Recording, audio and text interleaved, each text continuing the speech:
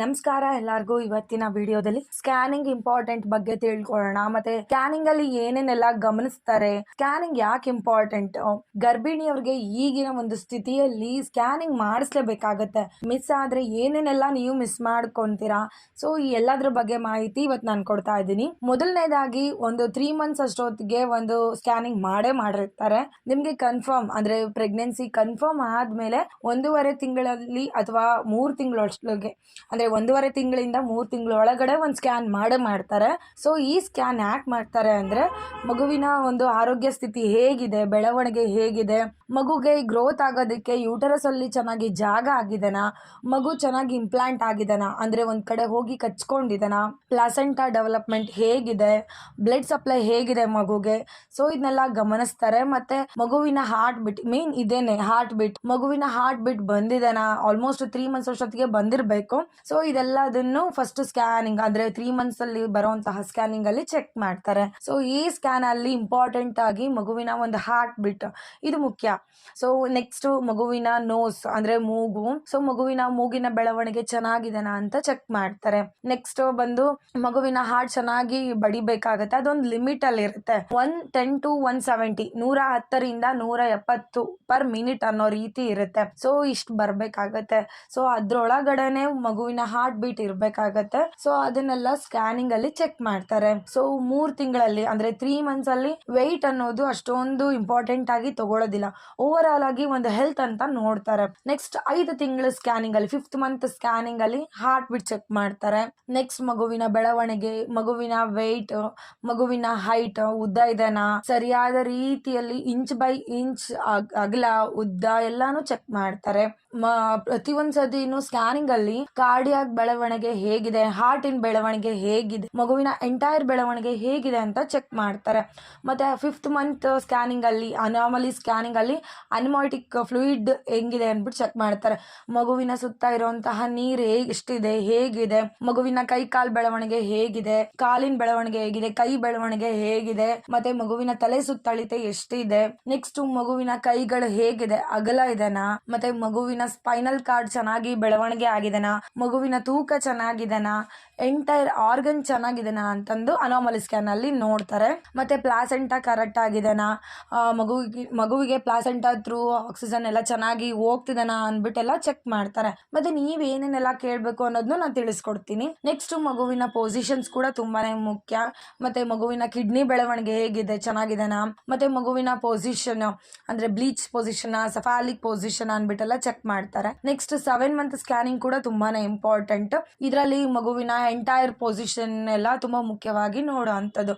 ಅಂದ್ರೆ ಮಗು ಟ್ರಾನ್ಸ್ವರ್ಸ್ ಇದೆನಾ, ಡೌನ್ ಇದೆನಾ, ಮೇಲಿದೆನಾ, ಸೈಡ್ ಇದೆನಾ, ಮತ್ತೆ ಮಗುವಿನ ಸುತ್ತ ಇರುವಂತಹ ನೀರ್ ಎಷ್ಟಿದೆ ಅನ್ಬಿಟ್ಟೆಲ್ಲ ಚೆಕ್ ಮಾಡ್ತಾರೆ. ಸ್ಕ್ಯಾನಿಂಗ್ ಮಾತ್ರ ಮಿಸ್ ಮಾಡೋದಕ್ಕೆ ಹೋಗ್ಬೇಡಿ. 3 ತಿಂಗಳು, 5 ತಿಂಗಳು, 7 ತಿಂಗಳು, ಮತ್ತೆ 8 ತಿಂಗಳಲ್ಲೂ ಮಾಡ್ತಾರೆ, ಮತ್ತೆ 9 ತಿಂಗಳಲ್ಲೂ ಮಾಡ್ತಾರೆ. ಕೆಲವರಿಗೆ NT ಸ್ಕ್ಯಾನ್ ಮತ್ತೆ ಡಾಪ್ಲರ್ ಸ್ಕ್ಯಾನ್ ಕೆಲವೊಂದು ಪ್ರಾಬ್ಲಮ್ಸ್ ಇದ್ರೆ ಮಾತ್ರ ಮಾಡೋದು. ಸೊ ಅದನ್ನೆಲ್ಲರಿಗೂ ಹೇಳೋದಿಲ್ಲ.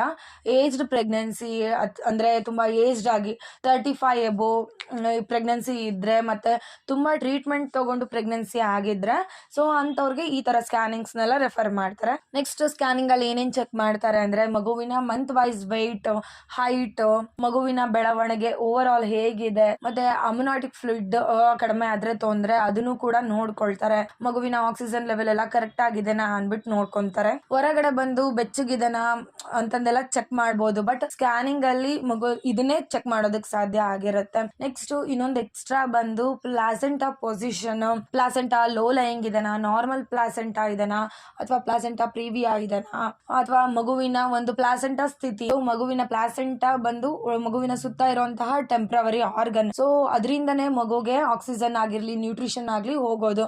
ತಾಯಿ ತಿನ್ನುವಂತಹ ಫುಡ್ ಮಗುಗೆ ಅದರಿಂದನೇ ಹೋಗೋದು.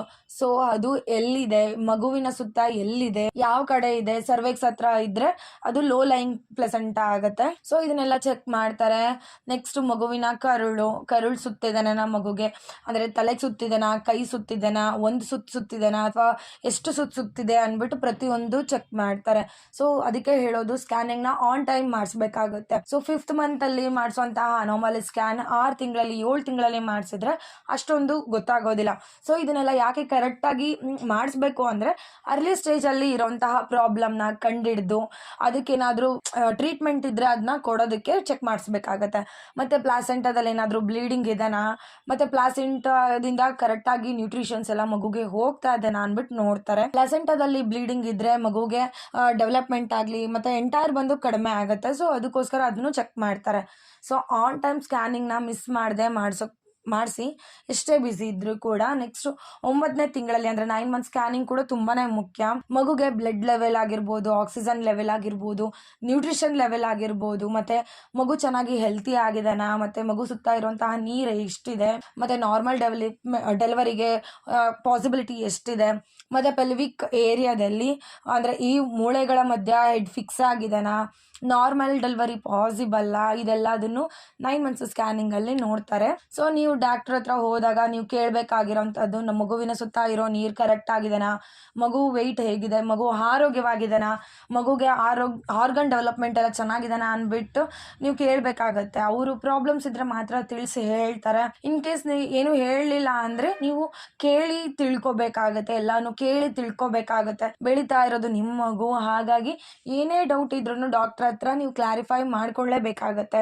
ಏನಾದರೂ ಪ್ರಾಬ್ಲಮ್ ಇದ್ದರೆ ಹಿಂದಿನ ಸ್ಕ್ಯಾನಿಂಗಲ್ಲಿ ಮತ್ತು ಪ್ರೆಸೆಂಟ್ ಸ್ಕ್ಯಾನಿಂಗಲ್ಲಿ ಏನಾದರೂ ಪ್ರಾಬ್ಲಮ್ ಕಡಿಮೆ ಆಗಿದೆನಾ ಪ್ರತಿಯೊಂದು ತಿಳ್ಕೊಳ್ಳಿ, ಪ್ರತಿಯೊಂದು ಕ್ಲಾರಿಫೈ ಮಾಡ್ಕೊಳ್ಳಿ.